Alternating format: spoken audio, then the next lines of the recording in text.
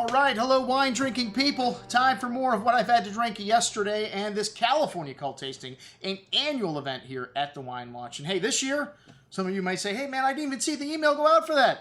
It's sold out without even putting an email out to promote it.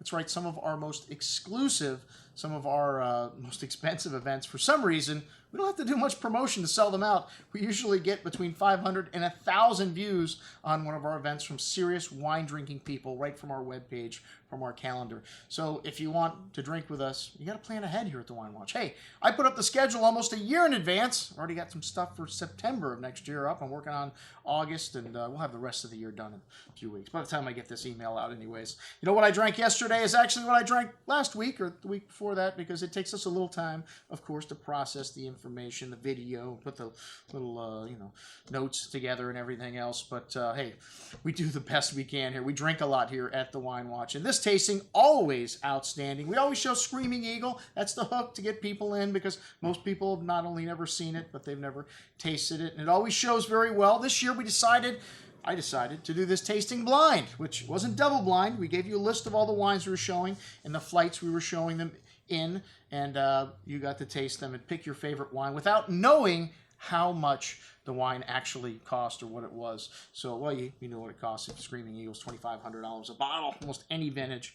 And, well, didn't show the top wine today, but finished second. And we started out with little Marcassin Chardonnay, the 2005 estate. And the nose on this wine was beautiful. Lemon meringue pie, a bit of vanilla custard.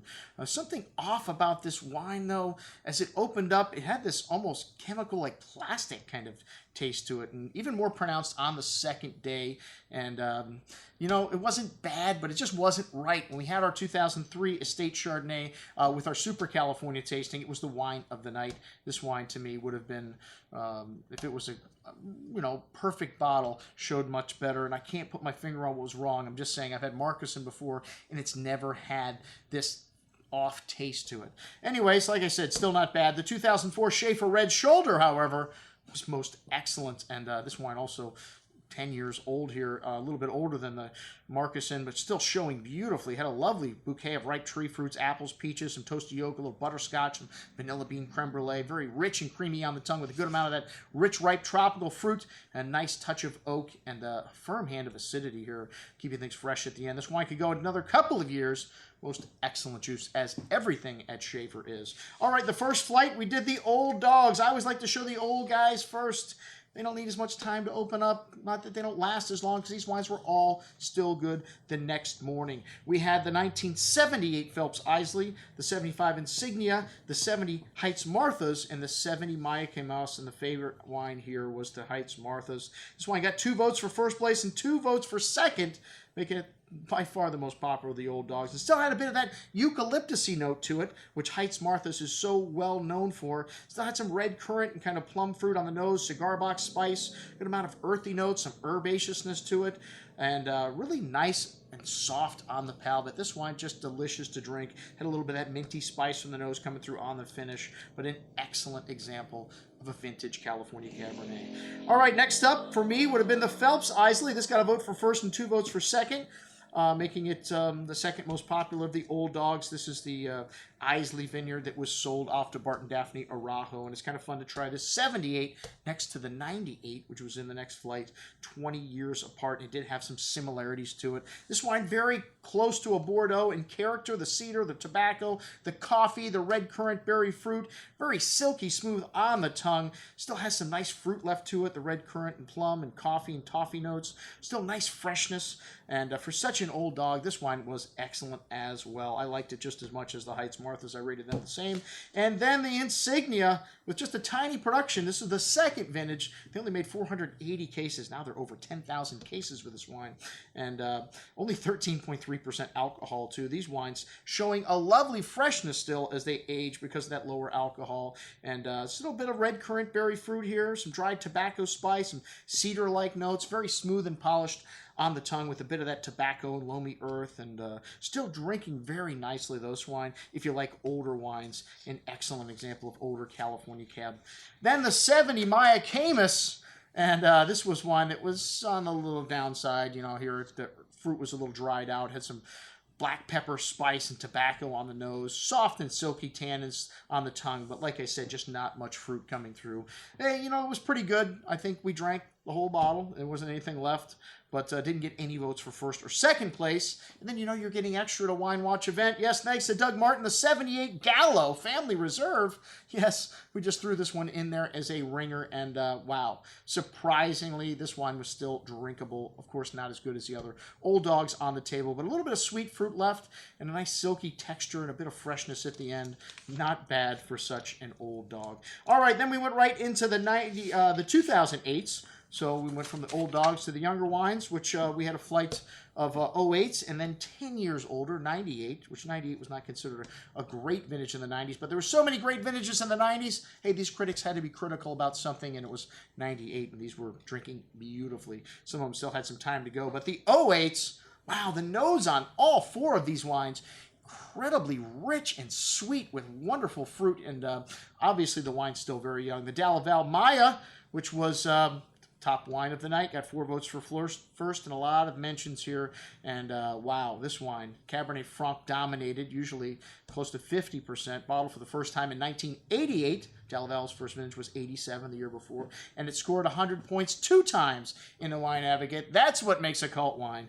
And this wine, tiny production to start, only 200 cases. I think there were around 500 cases of this one made here, but a very intense bouquet on this wine. Dark cherry, blackberry liqueur-like fruit, very sweet with licorice, dark chocolate, fresh black earth, more even coming out on the second day. This wine, still a baby, very rich and chock full of delicious black cherry liqueur-like fruit, layers of ripe brown tannin, dark spices, chocolate, just jam-packed with fruits, but still manages to end with some nice freshness here. A little monster. The tannin is very ripe and round, but actually a pleasure to drink all of these 08s. But these wines got the structure. This one to last 20 years or more in your cellar. All right, the Dalla Cab. Hey, before I even determined which one was which, I said immediately the Dalla Cabernet is the best wine in this flight. You know why? Because you look at the price tag, and it is less than a quarter the price of any other wine in this flight, and it was almost as good. This wine, most excellent. It, like I said, I picked it as my favorite in the flight, not even knowing which one it was, just because all 4 of these wines were so good. This wine's got a good amount of sweet currant and cassis-berry fruit, some dark chocolate, sweet tobacco spice, fresh plowed earth, lovely complexity here in the bouquet, and the most supple and drinkable of all the 08s tonight. This wine had this lovely dark cherry liqueur-like fruit, sweet tobacco spice, smooth silky tannins, and like I said, drinking wonderfully right now, but has wonderful structure and freshness still. This wine could last another 10 years easily or more in your cellar. Most excellent juice. The Screaming Eagle, well, some things have changed here, and this wine's been through a couple different ownerships and winemakers. This wine was made by Andy Erickson, backed up by the blue chip viticulturist David Abreu, and then Michel Roland was involved here. This wine's 88% Cab, 7 Cab Franc, and 5 Merlot. Only 680 cases produced of the Eagle. That is one of the things that has made it so hard to get. Always under 1,000 cases, very tiny production. This wine's got an intense bouquet of dark cassis and currant berry fruit, espresso, sweet bitter chocolate, very decadent, and this wine benefited the most from being open in the glass, revealing more fruit and nuance as it opened up on the tongue. Wow, a little monster, beautifully rich and opulent, so plush and velvety, but juicy, and also nice freshness. This wine's still balanced, a firm hand of acidity and tannins, and very appealing right now, but this wine should last another 20 years or more. Killer juice. The second flight, and the 08, it was like the third or second, no, I think 06 was the first release, and this wine very different from the Screaming Eagle. Mostly Cabernet, 53%, but a lot of Merlot, 47%, and a good amount of cigar box spice, sweet herbs, kind of dark cherry and plum fruit on the nose. Very smooth and easy drinking wine.